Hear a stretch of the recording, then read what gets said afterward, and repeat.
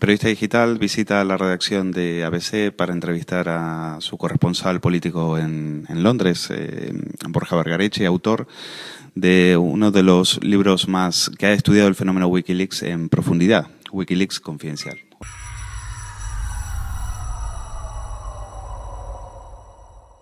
Bueno, la primera pregunta tiene que ver con el tema de la tecnología. Dices que la tecnología cambia lo que es el ecosistema periodístico, y recordé que en un documental reciente sobre el New York Times se dice que la tecnología es básica y que si la tecnología cambia también están obligados a cambiar los periodistas, pero hoy da la sensación de que la tecnología va por delante de los periodistas. ¿Qué valoración haces? El mundo siempre ha evolucionado y se ha transformado a base de saltos tecnológicos. Cada vez que llegaba una nueva tecnología, transformaba la vida de las personas y el mundo cambiaba. En ese sentido es inevitable que los periodistas, pero no solo, las sociedades en general, siempre iban un poco por detrás de aquellas vanguardias que generaban cosas nuevas que transformaban nuestras vidas. Yo creo que lo que define a la era en la que vivimos, que podríamos denominar, o que en el libro yo denomino era Wikileaks, es que ya no avanzamos a base de saltos tecnológicos que llevaban su tiempo, sino de asaltos tecnológicos. Da la impresión de que se ha acelerado todo este proceso, ¿no? Que la era digital es ahora una era de lo digital al cuadrado. Y en este sentido sí genera una cierta sensación de ir con la lengua fuera, sobre todo en una industria como es la de los medios, que inevitablemente tiene que verse a sí misma como parte de la industria tecnológica. Nosotros generamos contenidos, pero cada vez más debemos hacernos dueños de las tecnologías que nos permiten difundir esos contenidos, y ese es el gran reto. Y la gestión de los materiales de Wikileaks en parte tenían mucho, o sirven o me servían a mí en el libro para estudiar cómo reaccionamos poco a poco a estos retos tecnológicos. ¿Y qué nos ha enseñado Wikileaks a los periodistas en ese aspecto? Como fenómeno mediático, es decir, hacia afuera, el análisis que yo hago es que Wikileaks nos ayudó a comprender mejor el mundo en el que vivimos. Era un material interesante, nos daba claves, nos daba texturas de cómo son las relaciones internacionales, cómo libra sus guerras la gran potencia, pero no ha transformado el mundo. Yo creo que Wikileaks ni cierra una era ni abre una nueva era. Simplemente es paradigmática de esta era de lo digital al cuadrado. De puertas para adentro, los diarios que gestionaron estas ingentes bases de datos, hablamos de hasta 750.000, no documentos, muchas veces no son más que registros o líneas de una tabla de Excel, ¿no? Con lo cual, gestionar este volumen de material nos sirve para estudiar, y pues es lo que hago en el libro, ¿no? Yo me dirigí o entrevisté a periodistas del Guardian, del New York Times, del País, técnicos, infógrafos y periodistas, para intentar trazar un poco cómo gestionaron este enorme balón informativo. Y la conclusión, que yo creo que hay una enseñanza para los periódicos, para todos, es que la dinámica que se generó es parecida. Hasta ahora, cuando había un gran tema en un periódico, la rutina era asignar ese tema al periodista estrella especializado, que escribía un gran reportaje de 1.000, 2.000, 3.000 palabras, publicado con todo boato el domingo, y ya está. Ahora no, ahora las maneras de concebir la información, de parir nuestras historias, es mucho más horizontal, y desde el inicio tienen que estar involucrados, y esta es la novedad, yo creo, los técnicos, los desarrolladores que nos enseñan desde a gestionar esas bases de datos, hacer buscadores para poder extraer la sustancia informativa de las cosas, y cada vez tenemos más bases de datos debajo de las cuales hay muchas historias, con lo cual necesitamos desarrolladores que desde el principio estén pensando en Internet cómo vamos a llevar o a visualizar esa historia, en las tabletas, que son todavía un ámbito, un paisaje no explorado en cuanto a formatos y narrativas. También debe haber infógrafos, porque la visualización de los datos y de las historias nos permite hacer cosas en Internet o en los soportes digitales que no podemos hacer en el papel. Y periodistas, es decir, técnicos, infógrafos y periodistas tienen que aprender a sentarse en la mesa en la que se conciben y se gestan las informaciones. Y esto es algo novedoso en las redacciones. Ahora, pareciera que, pese a la era Wikileaks, porque este no es un libro sobre lo que fue Wikileaks, sino sobre la era Wikileaks y su impacto en nuestra profesión. Parecería que, pese a que la prensa de papel también está, bueno, pues involucrada, a veces tiene líneas editoriales groseramente partidistas, pero todavía la prensa de papel conserva los atributos del rigor editorial y la credibilidad. Entonces, parece que presenciamos la paradoja de que, a pesar de, o pese al fenómeno Wikileaks, todavía la prensa de papel se reserva el lugar de la influencia. Sí, de hecho, el primero que está de acuerdo con la pregunta es Julian Assange, que enseguida ve, después de 2 o 3 años destapando escándalos con un eco muy relativo, él sabe que el matrimonio con grandes cabeceras para él era un matrimonio de conveniencia muy ganador. Fue un matrimonio de conveniencia porque para esas cabeceras tenían acceso a un botín informativo relevante, pero es Assange el primero que dice al mundo yo necesito ponerme bajo la bandera de grandes cabeceras porque son las que en este entorno digital en el que se ha fragmentado tanto la comunicación, en el que hay tantas voces que nos hablan a la vez, todavía las grandes cabeceras periodísticas acarrean unos atributos que los lectores, las audiencias, cada vez mayores, aunque la venta de periódico papel baja, los periódicos cada vez llegamos a más gente gracias a la era digital, que también es una oportunidad para nosotros. Y en este nuevo entorno, estas nuevas audiencias siguen reconociendo que la factoría de información que son las redacciones, como la que tenemos aquí detrás, acarrean una serie de garantías. No somos infalibles. Claro que hay perversiones, claro que hay episodios a veces en el que se atienden a otros intereses, pero yo diría que en general en la prensa seria, en los periódicos serios, en las radios serias, en las teles serias, las redacciones son garantía de hacer las cosas siguiendo un cierto canon profesional, un oficio y unos valores éticos. Y esto en la era digital es un gran activo para las cabeceras. Por eso yo creo que ya no se puede hablar de la prensa tradicional o la prensa papel, como decías. Los grandes generadores de noticias en el entorno digital somos lo que llamamos prensa tradicional, porque en todos los mercados de información digital los líderes informativos siguen siendo informativos el New York Times, El País, El Mundo, ABC, El Correo en el ámbito vasco o Le Monde en el ámbito francés. Solo que convivimos con nuevos actores, convivimos con agregadores, convivimos con blogs, no somos los únicos, pero seguimos siendo un altavoz que es insustituible, yo creo. Sí, porque si esa información no hubiera salido en los periódicos, ¿cuántos hubieran ido a Wikileaks? Incluso los periodistas, ¿cuántas veces habremos visitado Wikileaks en todo este tiempo, verdad? Sí, y eso le frustraba mucho a Assange, que en abril de 2010, en el mismo año de las 3 megafiltraciones, publica unas imágenes muy llamativas de un helicóptero de Estados Unidos, como ametrallan, matan y rematan a 12 civiles iraquíes en Bagdad, entre los que había 2 periodistas, ¿no?, desarmados.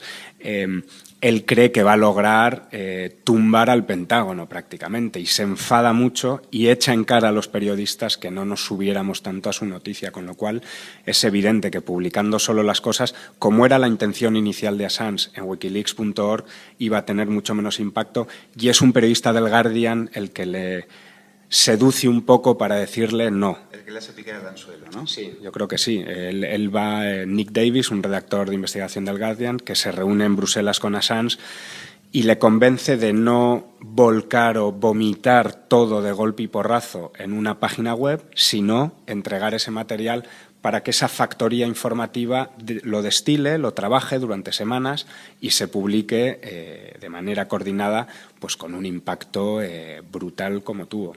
Es que recuerdo que cuando aparece el vídeo de la matanza de los civiles en Irak, al poco tiempo del impacto, la noticia comienza a ser Wikileaks y no el vídeo y no la masacre del ejército norteamericano, ¿no?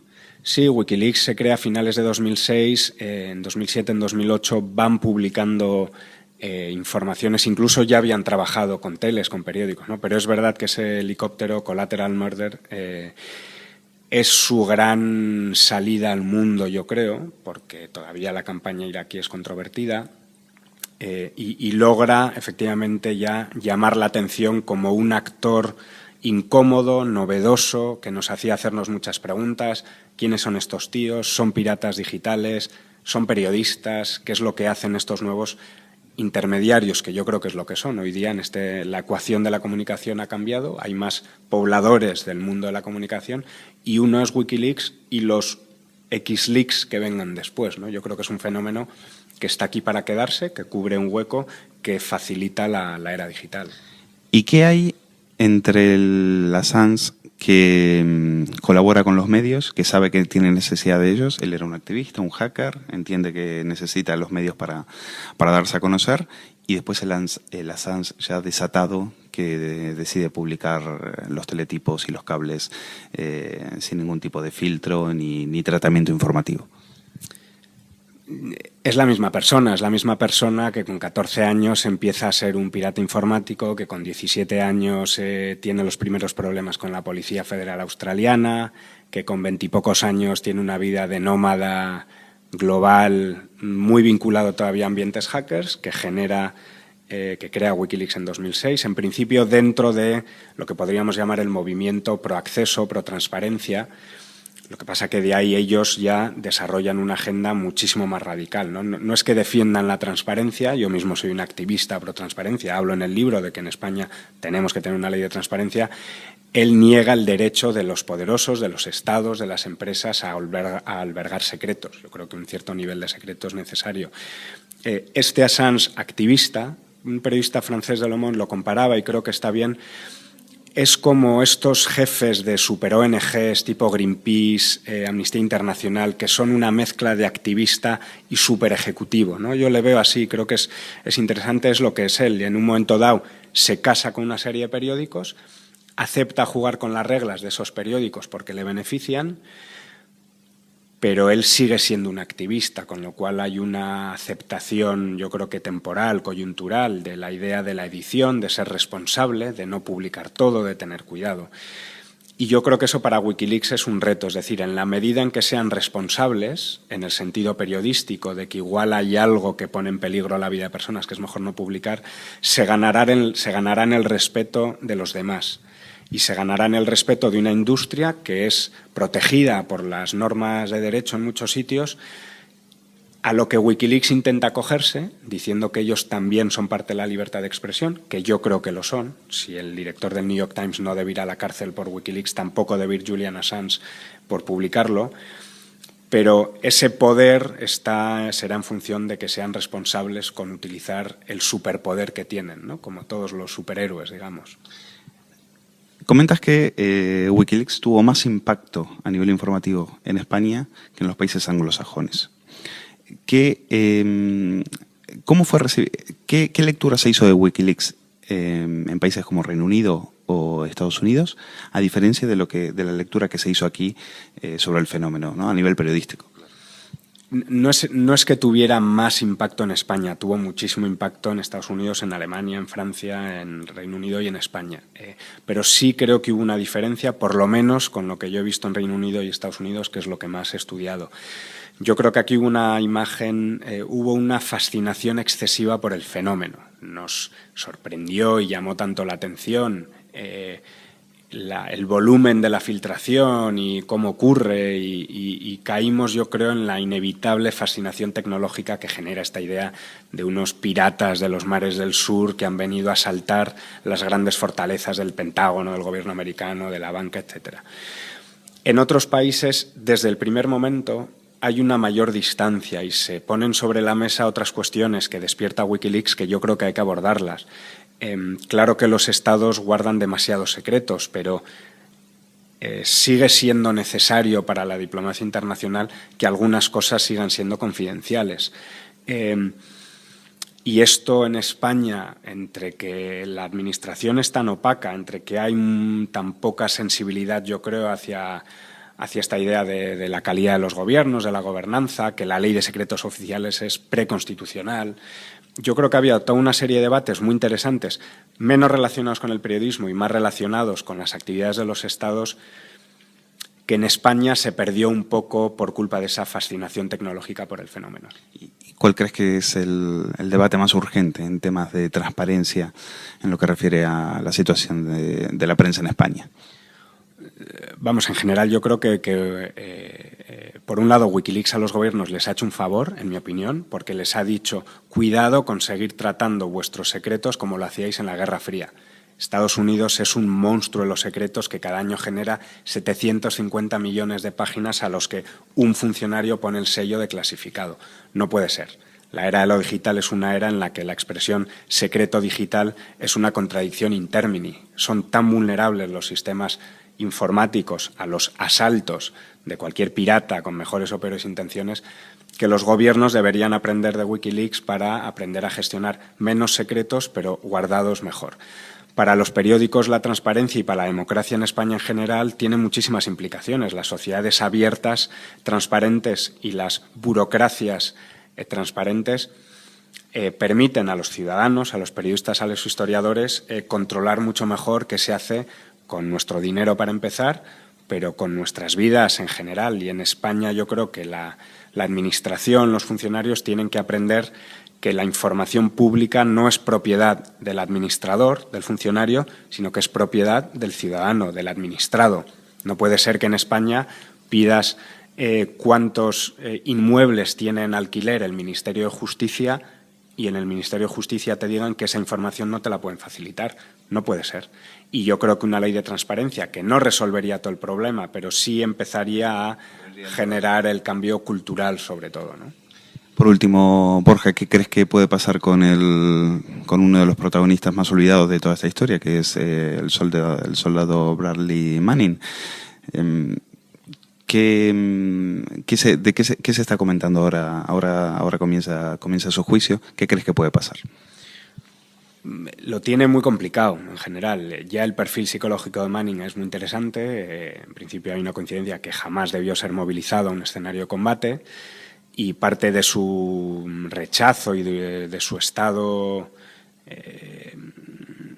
pues bastante crítico en el sentido de que era objeto de humillaciones, de burlas por su condición de homosexual, no se adaptaba al medio y parece que si se confirma que él está en el origen de la filtración, que no está confirmado todavía, pues eso formó parte de su golpe y su pataleta contra el sistema. Y eso en sí es un problema, es decir, si se demostrara que lo hizo guiado por un afán cívico de sacar a la luz excesos de su gobierno, la legislación estadounidense protege al garganta profunda que saca a la luz un escándalo, un trapito sucio del gobierno. En este caso, demostrar esa motivación parece difícil.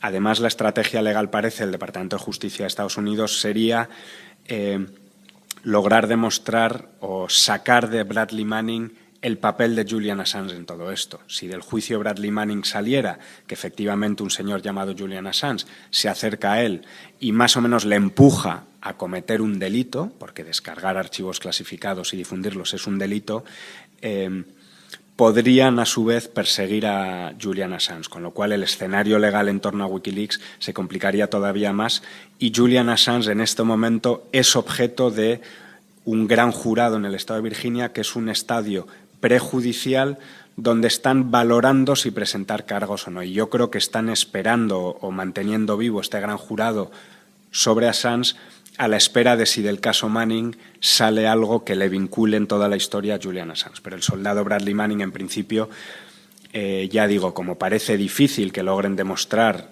o que se pueda acoger a la regulación que proteja a los gargantas profundas, se arriesgaría legalmente a la pena de muerte, porque van a utilizar contra él una ley de espionaje de 1917. Los fiscales militares ya han dicho que no van a buscar la pena de muerte, pero sí se arriesga a pasar entre 30 y 50 años, dicen, por los 23 cargos que han presentado contra él según la jurisdicción militar, con lo cual se arriesga a pasar el resto de su vida en la cárcel.